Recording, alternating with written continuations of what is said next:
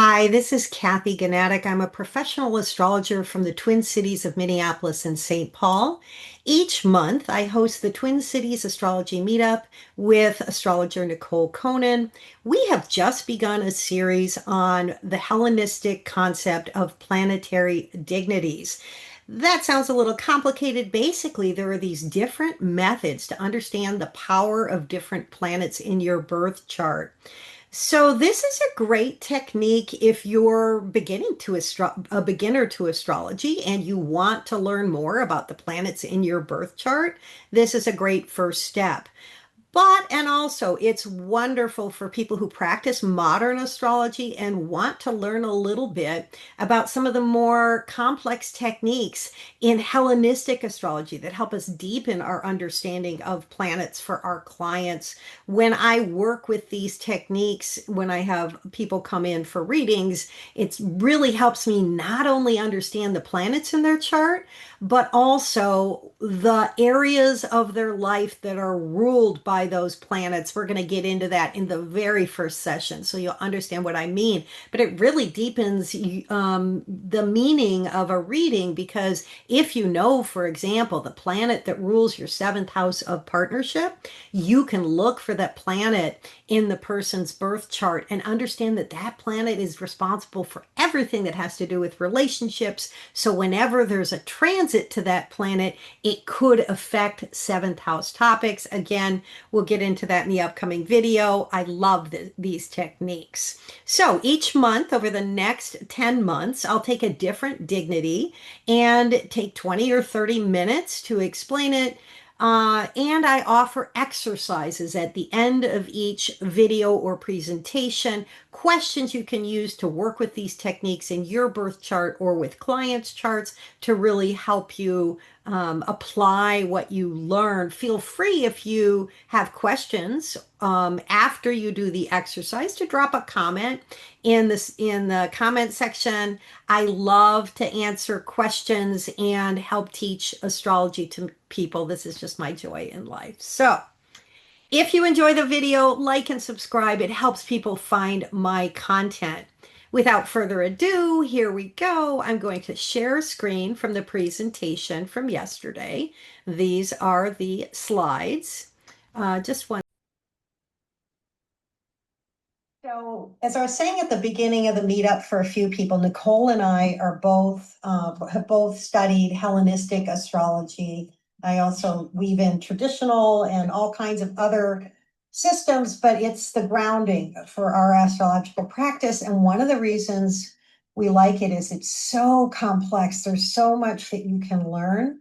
And kind of once you get past the idea or you learn the basics of houses and signs and aspects and things like that, really getting grounded in the strength of planets in your chart and what each planet is responsible, what topic area of your life each planet is responsible, can be a way to add nuance and complexity to your interpretation of your birth chart. But then also when transits hit, you're going to know something about the topic area of your life that will be affected.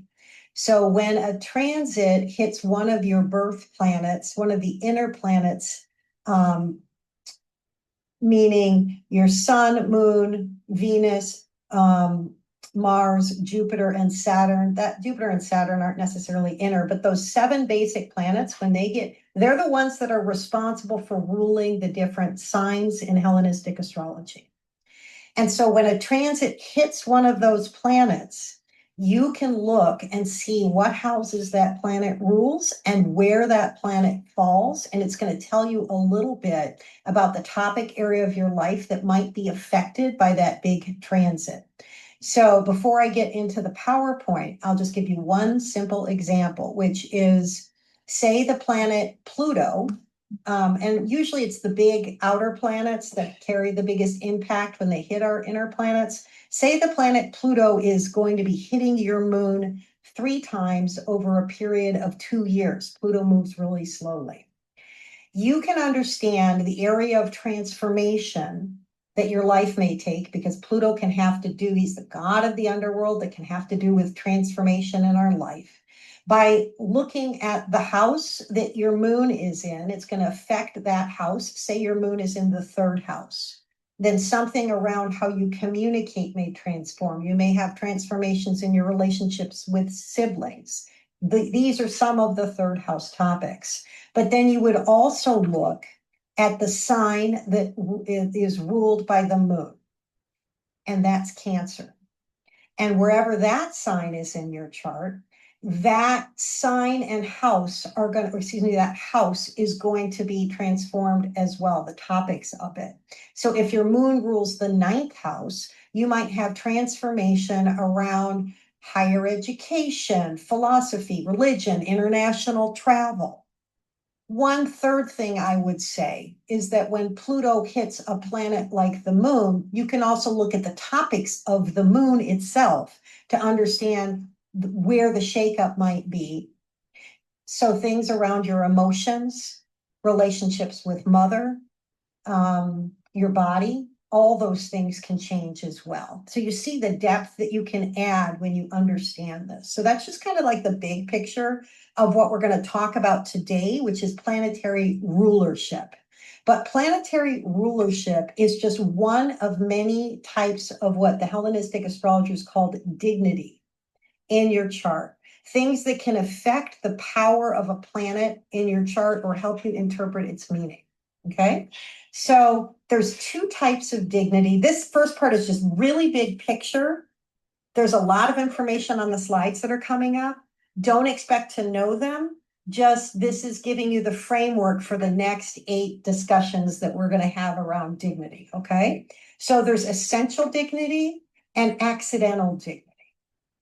And essential dignity refers to the inherent strength or weakness of a planet based on its position in the zodiac. It's determined by how well that planet aligns with the natural qualities of a given sign. So, for example, Mars rules Scorpio. When it's in Scorpio, it's super happy because it's its ruler. That's going to add some essential dignity to that planet if it's in its own sign. But there's another idea too, which is Mars is what's called exalted in Capricorn. And so there's something very natural about the Mars energy, which is about that yang, I want to accomplish something, I'm going to push myself forward, that vibes with the energy of that earth sign Capricorn.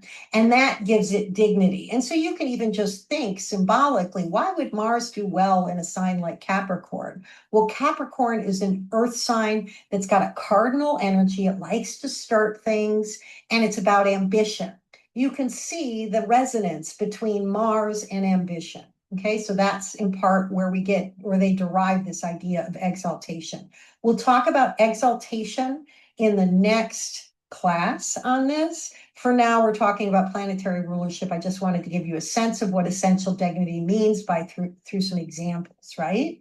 So the other types of essential dignity that we're going to talk about, I've listed all the different types of dignity. We're going to focus on rulership, exaltation, exile, and fall. And we'll talk about those in the next 4 classes. But other types of dignity are triplicity, whether the planet is in its term or bounds, and whether or not it's in its own face or decan. And if you know anything, I'm doing on YouTube, I have a decan walk where I'm talking at length about the meaning of decans. You can always check that out. And then you can also just, if you're interested in taking a deeper dive on these other essential dignities that we're not talking about, you at least have them listed here, and you can kind of play around with it to learn and come to us with questions. But it'd just be too much to cover all of these, right? And you can see the power of a planet is strongest, for example, when it's in its own domicile, and then when it's exalted, the power is a little different, and so on. So there's gradations of how much these dignities offer strength to a planet, with decanic in some terms being the weakest form of dignity for a planet, okay? So that's essential dignity, having to do with the innate sense of power of the planet if it feels happy in that sign. And then there's something called accidental dignity. And accidental dignity refers to the strength or weakness of a planet based on its position in a specific chart, rather than its inherent compatibility with the sign. This depends on factors like what house it's placed in, what aspects planets make to it, and its condition in the chart. So house placement, and y'all have heard me talk about this before if we've been here. Whenever you have a planet in the first, fourth, seventh, or 10th, that's called the kendron, or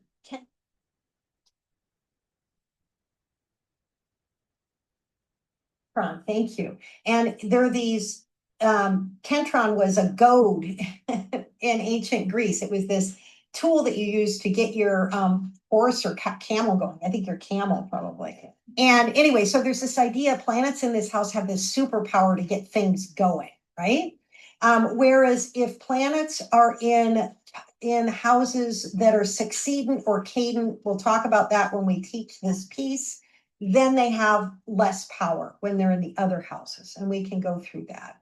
So after we talk about the four forms of essential dignity, there's a cross fingers here because who knows, sometimes I change my mind, I'm not sure, but hopefully we'll move on to accidental dignity for each class after that. Okay, so then we also have planetary sect we're going to talk about, and aspects, which we've already talked about, but boy, you can never learn too much about aspects and thinking about reminding yourself the meaning of the different types of aspects that affect a planet. So really quickly, for example, the two benefic planets are Venus and Jupiter. The two malefic or difficult planets are Mars and Saturn. If you have your sun and you have Jupiter in a nice trine to it, that overcoming superior trine, where Jupiter has more power, that really helps your sun in your chart. So your sun gains power from that. Or if Venus is in a nice connected energy, a positive aspect to a planet in your chart, that really helps it. But if Mars is in an overcoming square or Saturn is in an overcoming square, squares are difficult aspects, it really can impact and make difficult that planet that receives the square in your chart. And this is, I probably will talk about this because this is like a foundational piece of astrology that really helps you understand your chart a lot more deeply. And then the last thing we'll talk about probably is joy. Certain planets have extra power depending on where they are, what house they fall in. Like the moon has its joy in the third house, the sun has its joy in the ninth, and so on. So you can see this is like getting into in some ways, some of the more interesting ideas in Hellenistic astrology that we don't know about as much in modern astrology. So that's kind of the big picture. And now I'm going to introduce you to the idea of planetary rulership. This is a little image on the left of the Thema Mundi, which is this hypothetical chart of the world that the Hellenistic astrologers had, where Cancer was the rising sign. And they used the Thema Mundi was used as a way to understand the basic structure of the relationships between the planets. It also is the source of the notion of what the different aspects are and the meanings of their aspects. The chart begins with Cancer rising, which reflects the moon's rulership over the sign and its connection to the nurturing and life-giving qualities of Earth. The Thema Mundi illustrates the natural order of planetary rulerships, with each planet ruling a sign based on its proximity to the sun and moon. These are the two luminaries, the things that light our way. They're the root of everything in astrology. The sun lights the path during the day, and the moon lights the path during the night. It explains the logic behind the aspects, oppositions, trines, and squares, and the relationships between the signs. So you can see here really simply that the first planet is Mercury. It's the planet that is closest to the Earth, right? It's closer to the sun. And then after, if you look at the sky, right, there's an order to these planets in the sky. Mercury's the closest. Then we have Venus, if you're looking up at the sky in connection to the Earth. Then we have Mars, Jupiter, and Saturn.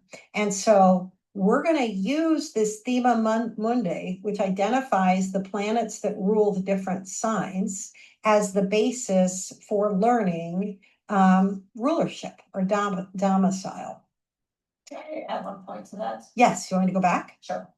Okay, so one other thing to keep in mind when we're talking about proximity to the sun and the moon, and why the planets are where they are, and what houses they go to, is Mercury doesn't get any more than 48, right, absolutely 28 degrees away from the sun. So when you're looking at it, it can't go any more than to Gemini or to Virgo if the sun is in Leo.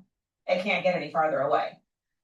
Venus is 48 degrees away from the sun. So it can't get, if the sun is in Leo, it can't get any farther than Taurus or Libra. And then you start to get a little bit of a broader thing, you know, like Mars can actually be anywhere in your chart. The other three planets, yeah, the other three planets can be a little bit farther out. So it kind of looks more like the solar system, which is Mars is the next planet out, Jupiter, and then Saturn. But it kind of gives you a little bit of an idea as to why they are placed where they're placed in that order.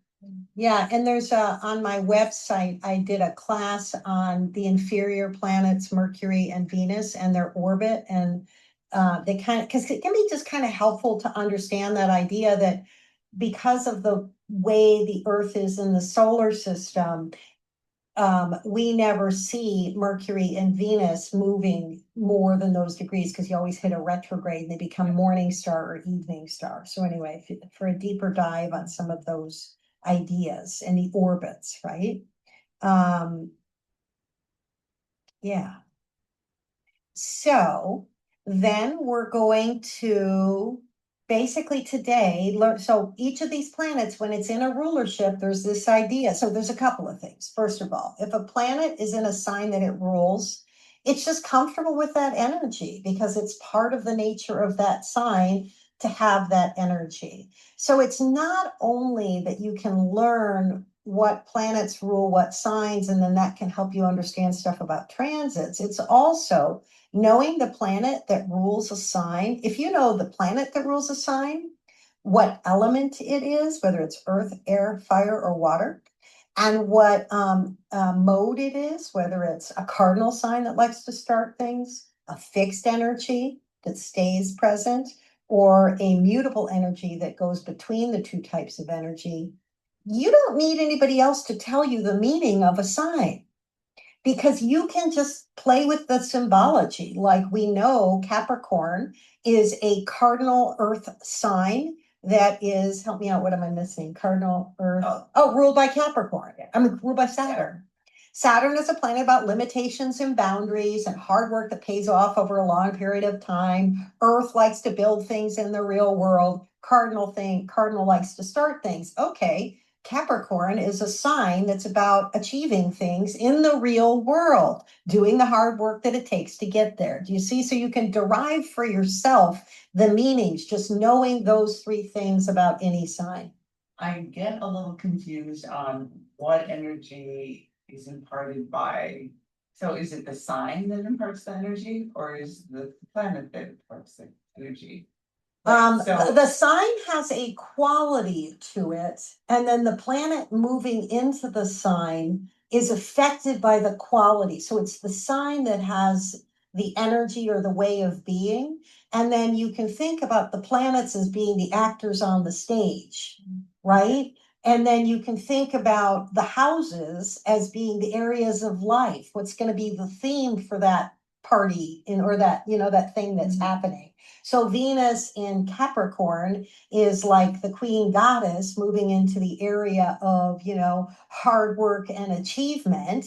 Queen Elizabeth. Yeah, exactly. So you kind of tell yourself these stories. Does that help? That makes, Yeah.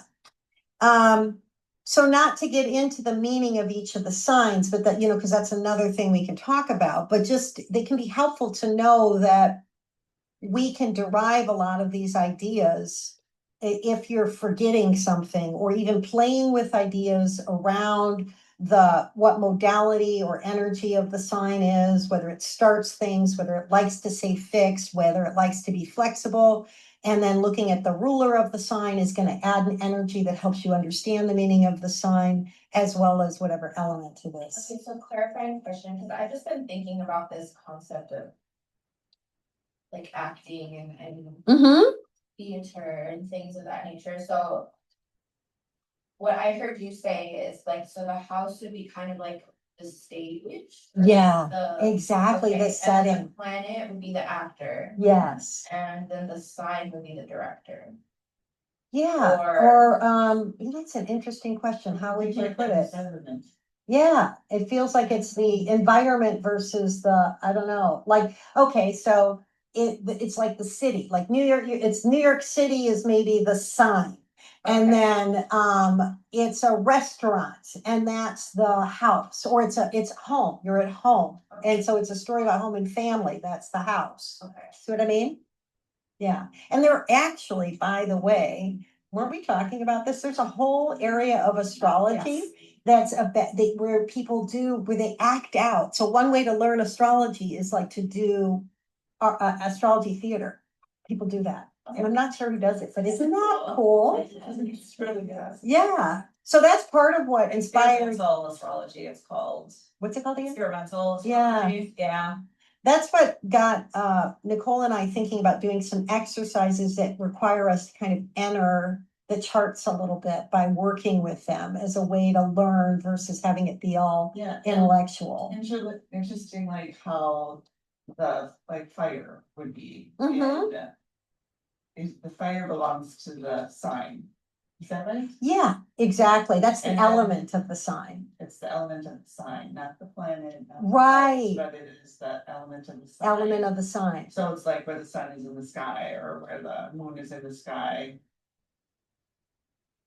I'm sorry, I got No. that complicated. I need to back out of that. Well, it's okay. I But mean, I think the element is it's just, part of the sign, not. it's part of the sign. The element is part of the sign. The mode is part of the sign. Okay. And the planet that rules the sign helps you understand the sign as well. Yeah, I also add into that, whether it's a yin sign. yeah, oh, there's so much networking, more. Masculine, feminine, I Mhm. usually add all of that kind of stuff in as to, so once again, is it a receptive energy sign, or is it a sign that is a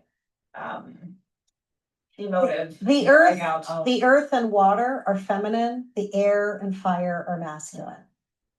So, just out of curiosity, because I know that some signs are actually ruled by two different planets.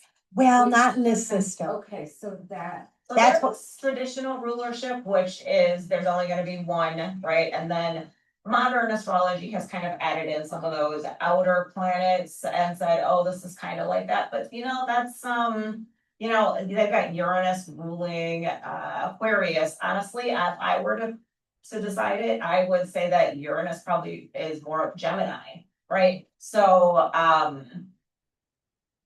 yeah, I don't. I mean, so we just. And play how with it. Yeah, so we just set the aside. traditional seven planets, Okay. yeah. Yeah. And when you're looking at the Thumma Mundi, you'll understand why it just works better. Okay. Using the traditional rulerships. If you want to, you are welcome to kind of go, oh, and there's this, modern rulership of that. But once you get to know this, you'll toss that out. And and one of the reasons that doesn't work is it doesn't work as far as transiting planets hitting Uranus aren't gonna affect Aquarius. So in modern astrologers don't typically use that idea, so it's just part inherent of being able to use the system. So yeah, and you can, to me, I'm sort of, what's the word for it? Is it ecumenical? I'll go for whatever feels like when I worked with It's the working, thing, it's yeah. working. Yeah. And so you just test it with your own experience to see what works. But it's kind of like if you're within a system, stay within that system as you're learning it. Okay, so we have all the planets that rule the different signs. And we're going to move now to the exercise example. or exercise for ourselves. This is just an example of rulership. I gave one at the very beginning, but we'll go back and give one again.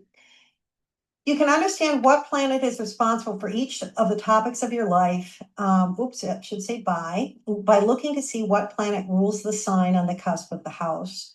For Martin Luther King, Venus in his 11th house in Pisces is responsible for the first house topics because Venus rules Taurus, and the 6th house topics because Venus rules Libra. We're going to put up on the chart in a second the topics of each of the 12 houses because not everybody has those memorized. So first house has to do with self, body, character, and appearance. 6th house has to do with work, health, illness, injuries, subordinates, people that work for you. But there's a lot more. I think of it as having to do with powerlessness, so we hold everything in astrology is archetypal, meaning it's about a symbol that opens up and can have multiple meanings. So don't get caught in the limited descriptions I'm giving you the houses for now, but it'll help you get started. So when Martin Luther King has transits to his Venus, meaning planets in the sky at any given moment, you put a different chart on the outside of his chart. And one of those planets, like Uranus hits your Venus, you're going to want to break free around relationships. But that can be just the Venus, has to do with relationships. But Uranus hitting Venus for Martin Luther King is also going to affect who he is, his first house. So he might start dressing differently all of a sudden because his chart ruler has been hit by the Great Awakener and wants him to shake up his appearance. Or Uranus hits his Venus and it may affect his health. He might all of a sudden have an accident or something hitting him out of the blue, right? It's that tower energy that shakes us up. So that's a very simple example. And I'm going to leave this. This is what we're going to be looking at to help us with the exercise. I'll put this back up in a second. We're going to hand out a sheet of paper with the exercise. You can play with this. We'll probably just take 15 minutes so that we have a little time at the end to have a couple people volunteer to have their charts looked at. But you can always take this home. We can discuss it. You can send me an email. You can send Nicole an email if you have questions when you play with it about, what you come up with. But this is the exercise options we have for today. If you're just beginning to get your feet wet around the topic, we're going to give you there's blank chart I have that I can hand to you, and you can just create your own thema mundi, where you write in the names, because a lot of people still don't know the names of each of the signs. So you can put the name of the sign by the symbol. This is Cancer, this is Leo, and so on. And then you can place the sun and the moon and Mercury. It'll give you writing the symbols over and over again will help get you familiarity with them and their meaning as well. One thing to understand about the symbols, if you're trying to learn them, is they really have meaning. Like the moon looks like the moon, right? And the sun looks like the sun. Well, Mercury is Hermes, the god with wings on his feet and a little hat, right? And so you think of that's his little hat, right? And then Venus is the symbol for woman. Mars is that masculine outward energy. That's pretty easy. Jupiter has to do with Zeus, and I believe this is a representation of that in some way. And Saturn, that kind of looks like a scythe, which, Saturn is the planet that's responsible for death, and the scythe is the tool of the Grim Reaper, right? This idea of cutting things down. So sometimes playing with those symbols can help you just get familiar with these ABCs. The second and third options are for people that maybe feel really comfortable and want to look at their birth chart and identify. For option 2, you can identify which planet rules each of your 1st, 4th, 7th, and 10 houses. Those are the most important houses, the tent poles of our life. 1st is me, 7th is partner or business relationships, 4th is home and family, 10th is career. And then it might give you, just knowing that, like if Venus rules your house of career, and you really get to know that, then anytime a planet, especially an outer planet, is hitting your Venus, you're going to get to understand in your bones that might affect your career trajectory, right? So this is just going to help you integrate some of those ideas. A third option is to go a little bit deeper and try and blend like identify one planet in your chart, Mars, and look at the planet that, or the sign that it rules, Scorpio and Aries. Look where those houses are. Look where Mars falls in your chart. And then try and get a feel for how those three signs might actually, because every time a transit planet hits Mars in your chart, it's going to affect three areas of your life potentially, unless Mars is in Scorpio and or Aries, and then it's only going to be two areas. But if Mars gets a big transit from Pluto, and your Mars is in, let's say it's in Cancer. Mars is in Cancer, Pluto's hitting your Mars, it's gonna, and you're a Cancer rising. It'll affect your first, oh, now I'm gonna have to really put my foot in it. Think about where Cancer, okay. Mars is in Cancer and Pluto's hitting it. It's gonna affect your first house, your 10th house, because Mars rules Aries, and it's gonna affect your 5th house because Mars rules Scorpio, right? And so something about a big transit to Mars is going to affect who you are, your career, and how you play in the world, your children, or it might be all three at once. It might be one of the three. I had Uranus hit my 5th house, hit Jupiter, and a big thing exploded for my kids. But it didn't affect my 2nd house, although maybe it did because it has to do with your own self-worth, right? So you can kind of just play with those ideas. And that's a little bit more advanced practice. So does this make sense to everyone? Okay, awesome. So then I'm going to go back to this slide and we'll hand you out the worksheet that you can use to remember if you're wondering.